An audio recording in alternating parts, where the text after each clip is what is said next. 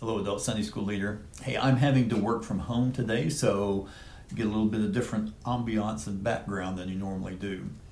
Well, have you ever heard someone say, or maybe you've said it yourself, I don't need to come to a building to worship God. I can worship Him at home or on the deer stand or on the golf course.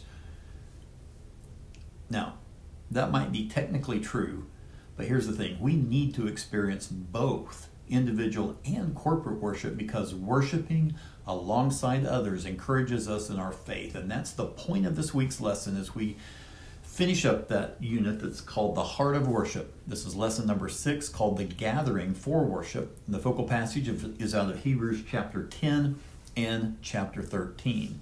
Well, if you keep up with your past lessons, you'll find the Hebrews 10 portion in February 1, 2004, November 21, 2010, and July 6, 2014 in those Sunday school lessons. Well, before we look at the first set of scriptures, I believe it's important to understand both the layout of the temple and the duties of the high priest on the Day of Atonement. So this is going to help us better understand our text for this week. Now, in Jesus' time, the temple had several courts, and they're pictured here. And I've got, as I go through these courts, I'll be highlighted there in blue. Like you'll see the court of Gentiles, okay? It's the largest area. It's open to everyone can come into there. Now, a little bit further on the inside of the temple is the court of women, where Jewish men and women could enter that section, okay? Then we get to the court of Israel. That's reserved just for Jewish men. Then the court of priests. That's accessible only to priests. And then we get to the Holy of Holies, and I've denoted that with that gold color. Well, in ancient Jewish culture, the Holy of Holies was the most sacred place on earth. It was the innermost part of the tabernacle, later the temple in Jerusalem, where God's presence dwelled. This room was separated from the rest of the temple by a thick, heavy curtain. It was 60 feet high, 30 feet wide, and thick as a man's hand. And no one was allowed to enter that area except for the high priest, and that was only once a year on the Day of Atonement. In Hebrew, it's called Yom Kippur. But before the high priest could enter, he had to follow a strict preparation. He had to ritualistically, or go through this ritually cleansing of himself by bathing. He wore special garments, some simple white linen to symbolize humility. He offered sacrifices, a bull for his own sins, and then a goat for the sins of the people. And as he entered the Holy of Holies, the high priest did these things. He would burn incense to fill the room with smoke, which represented prayers ascending to God. He would then sprinkle the blood of the sacrifice on the Ark of the Covenant, specifically on the mercy seat. That was that gold lid that was on top of the Ark, which symbolized the atonement for sin.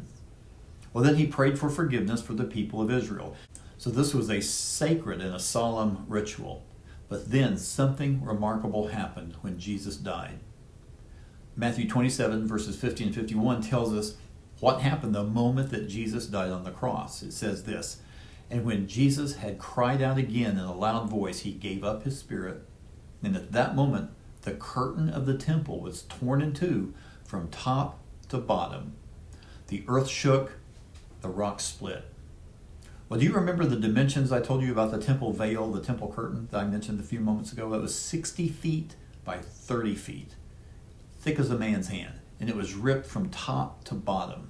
Well, there's no way that could have been accomplished by a person. It was definitely a supernatural thing. Well, let's now read the first set of scriptures for the week. It's out of Hebrews chapter 10, verses 19 through 22. And here, as we look at these scriptures, the first word in this passage is therefore. And you've probably heard the saying, when you're reading the Bible and you see the word therefore, you need to stop and see what it's there for.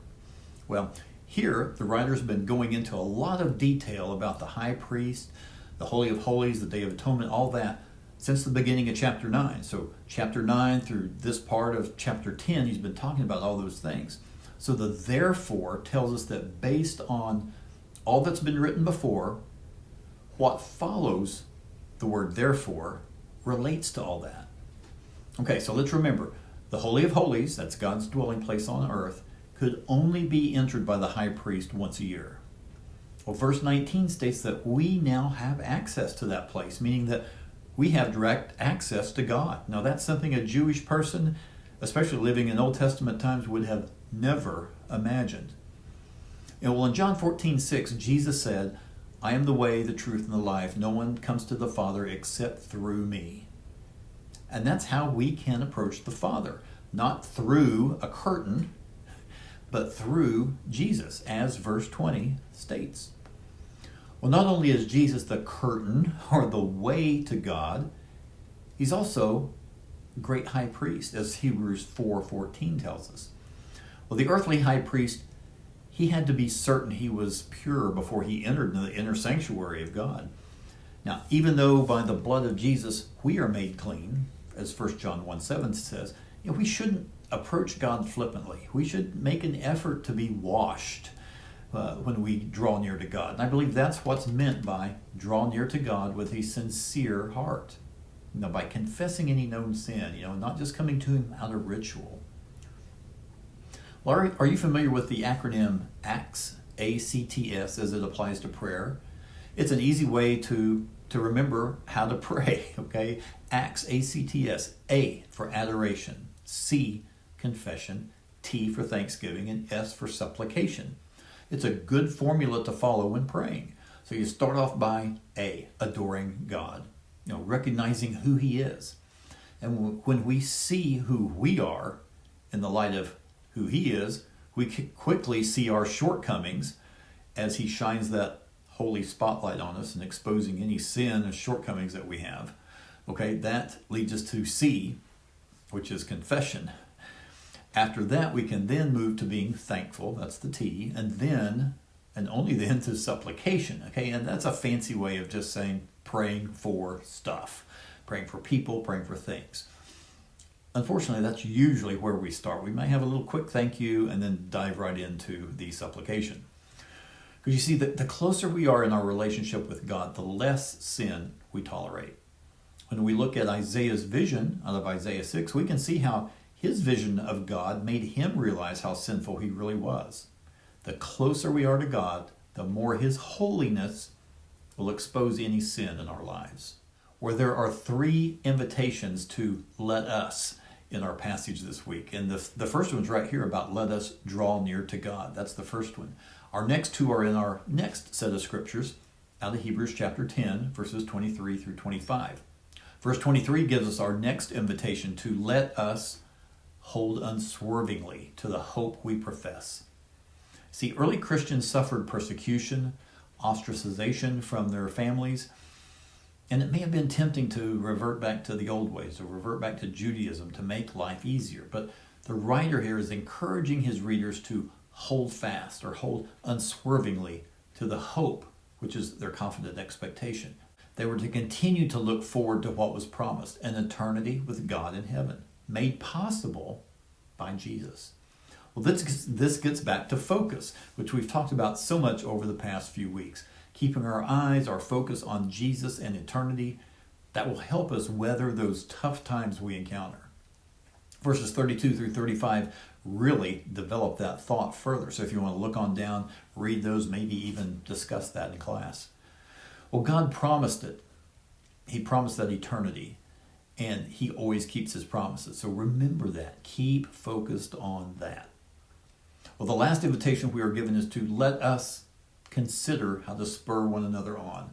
We are created to be in community, both with God and other believers. We can't spur one another on if we live in isolation. We need Christian community. Yes, going to a corporate worship service is good, but we really need Christian friends whom we can socialize with, grow together in our walk with God. To me, that gets accomplished in a small group, in a Sunday school class, or at least it should. See, encouraging and being encouraged are fundamental to the life of a believer. So, what are we supposed to spur each other on in? Well, in love and good works.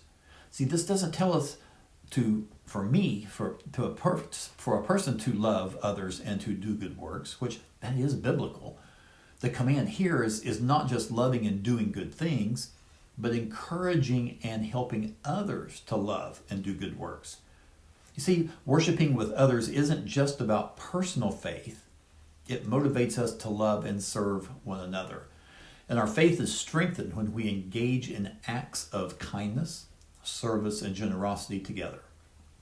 And again, we can't spur each other along if we're in isolation. That's why we are to gather and not neglect doing so.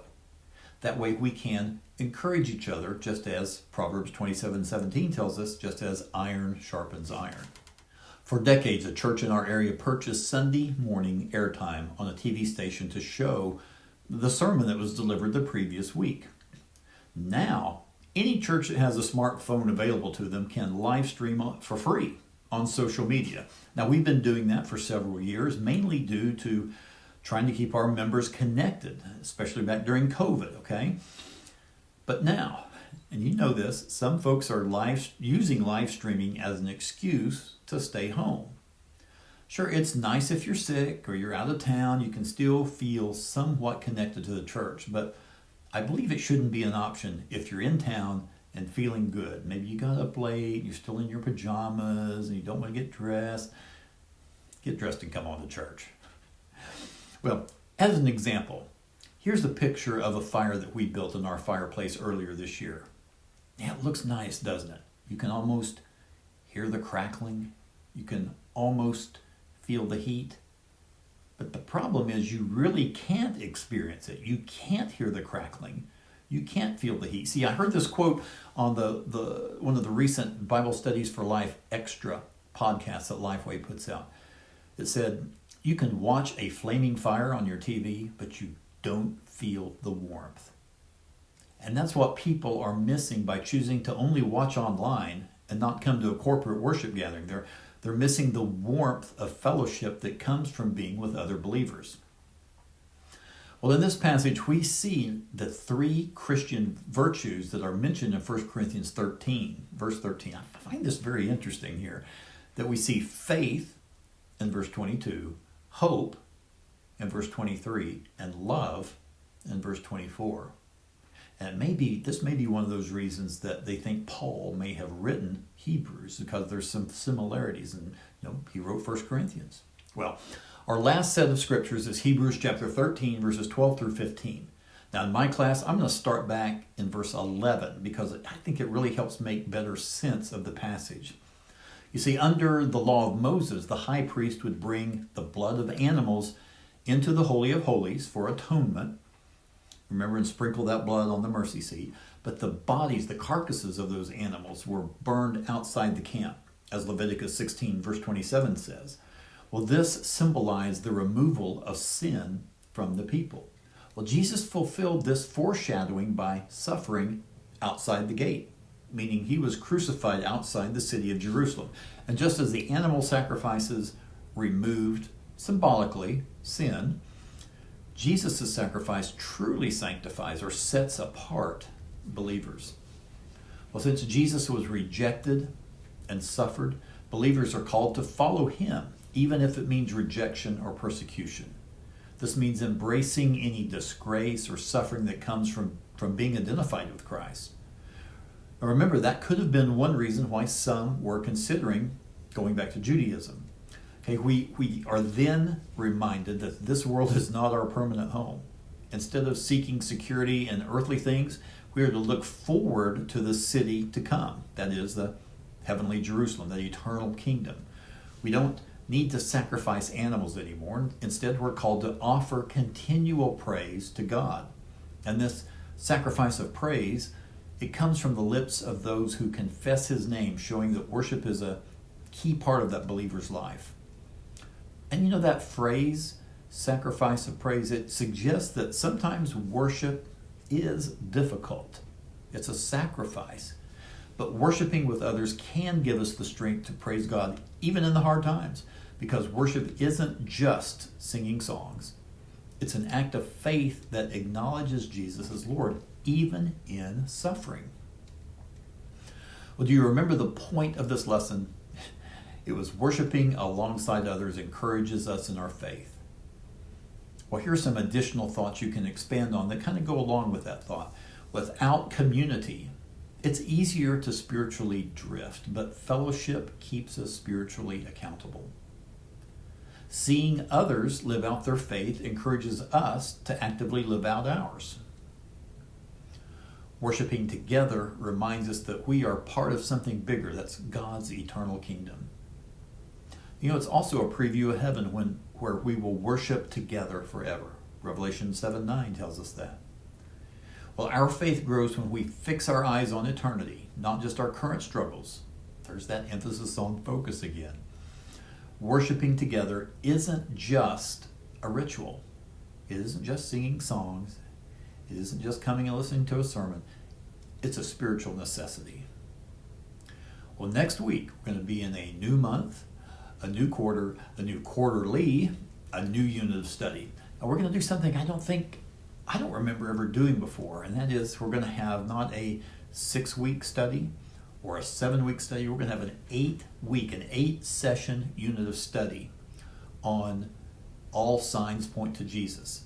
So that's going to start next week, and then it's going to conclude the 8th week on Easter Sunday on April 20th. Well, thank you guys so much for watching. I do appreciate you. Thank you. Don't forget to pray for and with your class.